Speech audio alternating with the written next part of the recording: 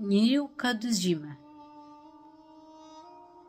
E para zgjohet të shikoj botën, e dyta zgjohet të shikoj shpirtin. Udhëtimi në këtë formë jete është një udhëtim drejt zgjimit. Asnjë nuk është e qëndrueshme këtu. Edhe trupin që kemi, e kemi amanet.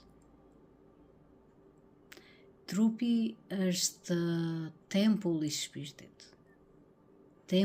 Trupi nuk është një mall që mund ta përdorësh sido.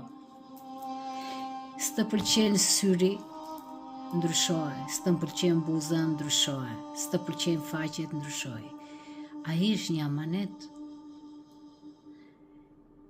Ajo që të bën të fortë dhe me vlerë, shpirti.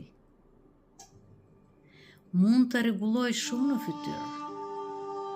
Mund të bësh shumë botokse. Por boshllëkun brenda, je e bindur që do e plotësosh? Çfarë të mungon në këtë jetë? E ke pyetur veten? Do të bëhesh me lek? Ndihesh fukaresh? Do të ndihesh me vlerë? Në qoftë se udhëton në një frekuencë të ulët,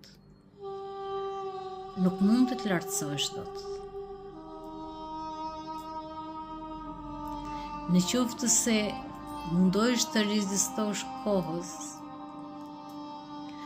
është një dyluftim i dështuar. Çfarë është mosha? Është cikli i trupit, por jo i shpirtit. Dhe pleqëria është niveli më i lartë i stadit njerëzor. Është dietari i zgjuar, ku fytyra mirëpamjen e tokës, lumenjt ku ujërat e kripur kanë rridhur nga syri, ku të çarat plasoritjet e shkëmbit tregojnë se sa ka qeshur kjo tokë. Kur viza midis dy syve, këta dy puseve, filtrave, janë puse drite, ku filtrojnë dritën dhe e bëjnë të dukshme brenda në kokë, pasi ne jemi në errësirë totale. Ajo që ne quajmë që është realiteti, është matriksi i mendimeve tona.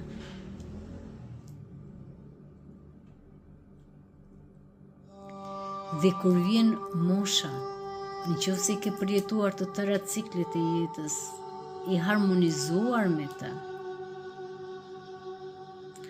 atëherë shfaqet urtësia. Zëri ngrohtë i tokës, fladi pranverës,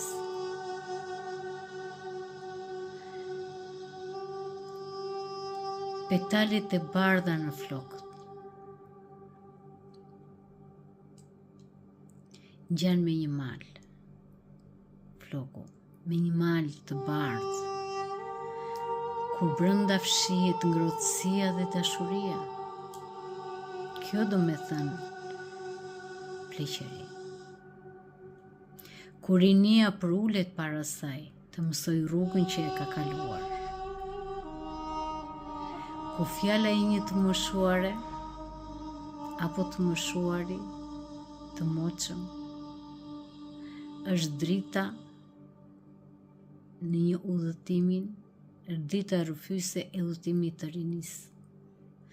Prandaj, dashurohu me këtë tempull që Zoti ta ka dhënë si amanet.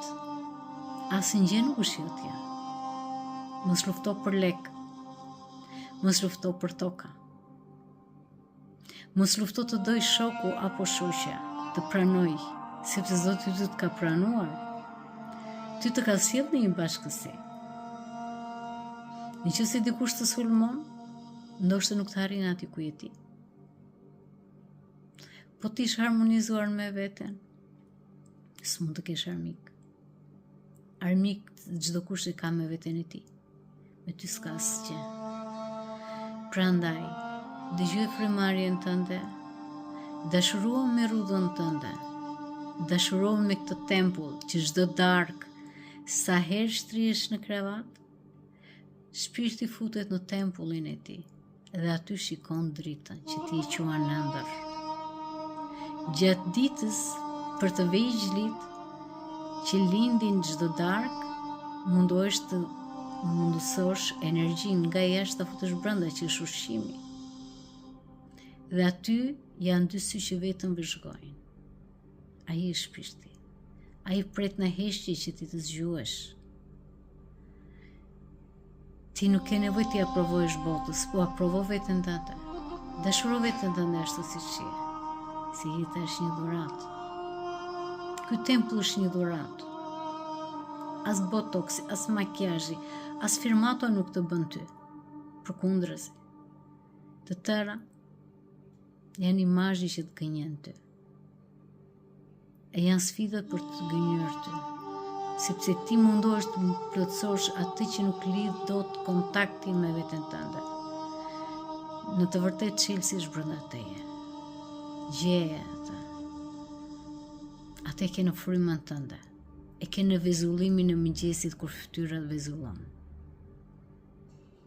Çdo ditë filloj si ditën e parë të jetës tënde.